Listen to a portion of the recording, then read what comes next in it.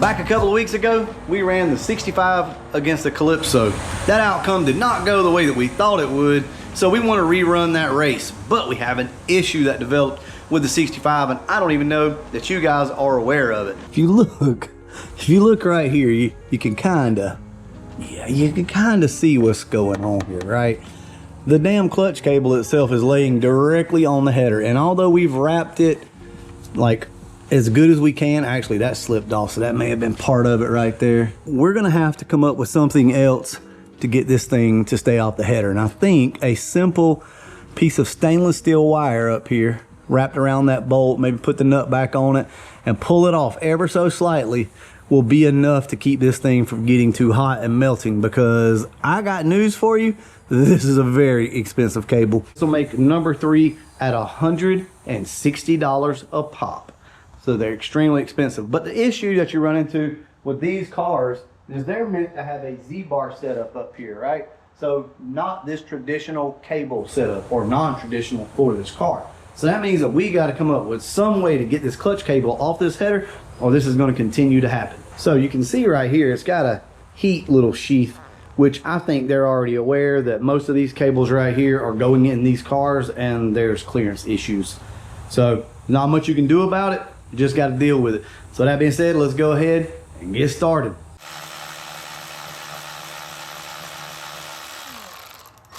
You can see this sheathing right here that really needed to go down underneath all of this. Man, this thing got toasty. So we're gonna have to really wrap this thing up good. But while we got it here, let's go ahead and get this sheath off. This is old spark plug boot. Like it melted, yeah. It melted it to the damn cable. All right, we can still use this. So let's get this off as well. Come on, baby, you got this. You're just a little stuck, that's all. This is not working. We're just gonna have to cut it.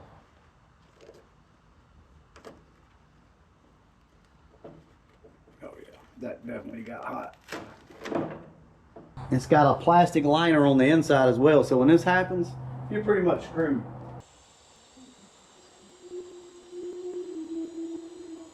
We're running a big sale over on Etsy right now because we're getting ready to transition back over to shopbrutal.com. That's right, our own website. Head over to Etsy /the drag swag and pick you up some new shirts. I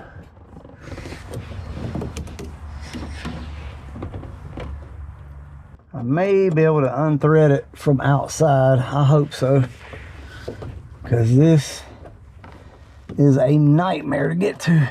I think I can unthread the cable from up top, push it through, and kind of just do it that way.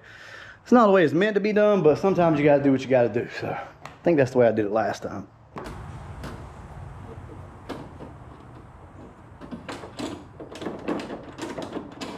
Yes. Let me crawl under there, get the nut off this thing, and hopefully it'll come on out. Got the nut off. Here we go. Look at that. So we're just leaving that adjuster on, and that nut would not come through that adjuster. There's a little bit of a balance that has to be. You got to be careful right here, because if you go too far in, let's see. All right. Let's get this thing in here a little bit. All right, I'm gonna go back inside the car and try to feed this thing back in. There's no good camera angle, so I'll get back up with you guys once we get this done. All right, I think we got it threaded on. So what we're gonna do now is try to cheat the system and spin this cable to try to tighten this thing up, and it should stop at some point if we're doing it right. Yep. We're just gonna use our old heat shield. We're gonna run everything right over the top of each other.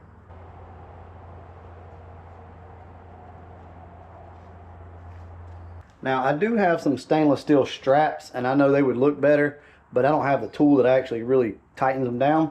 So we're just going to use some stainless steel wire just to secure this. That'll keep all the sheathing in place. I know it doesn't look the best, but that'll work. I thought I had more header wrap, but I guess I'm out.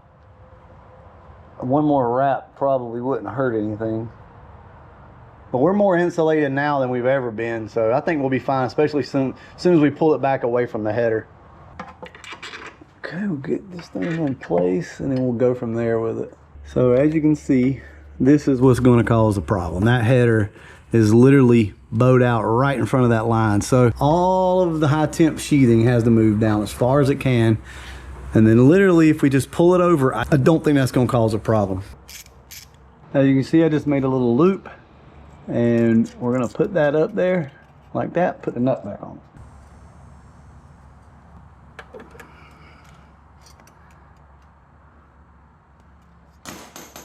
All right, now all we should have to do is just loop it around, tie it back on itself. We could find somewhere else to go with it, I guess.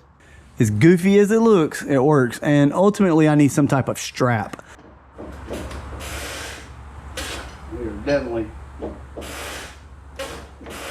yeah, no clutch cable. We readjusted it, see if it works.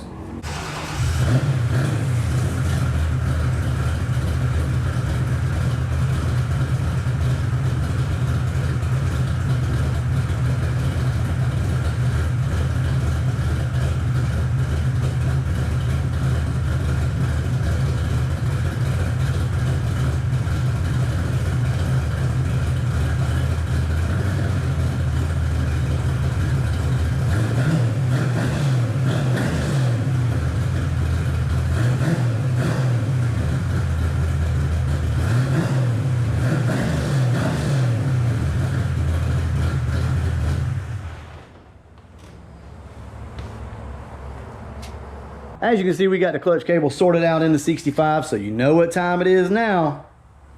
Round 2. This time though, I do believe Berger has got the Calypso figured out, and I think it's going to be a really good race. As a matter of fact, I'm probably calling the Calypso to win by a half a car to a car.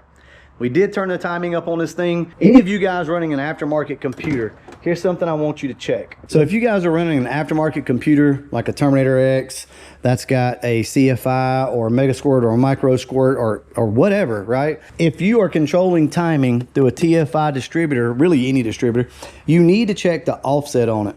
And what I mean by that is when you rev up your engine, a lot of times these TFI distributors will pull timing, or I've never really seen it, but I've heard that they can add timing as well. So that's definitely something you need to pay attention to.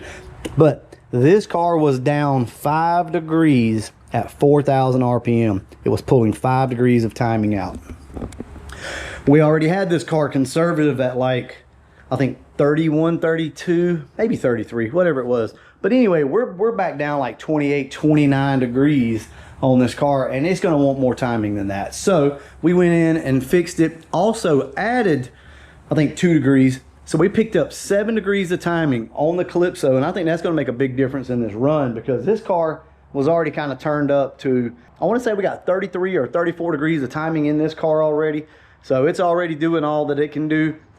This car, on the other hand, felt a little lazy, and I think we found out why. So stay tuned for the race coming up between these two. It should be a damn good one. And then at that point, I think we're going to go ahead and send this thing back to Papa T and let him enjoy it. I feel like I need to explain this a little bit better. You're going to have to go into your computer and find like your offset for your timing. It's worded a little different in every different computer manufacturer, but what you can do is go online and research how to fix your offset, but you want to make sure that you get that right. All it takes is a friend to get out there, rev the car up, let him tell you what he's seeing on the harmonic balancer, and then you adjust the computer, the settings in there for the offset, so that what you have typed in there matches what you see out here at RPM. So when you do this, you're not changing timing everywhere in the car. I know it sounds like that. Guys, there's tons of information out there online. Look up whatever computer it is that you have, and if you have a laptop, you can do that yourself. Just get a buddy, get after it. All right, guys, I'm gonna go ahead and wrap this video up, and as always,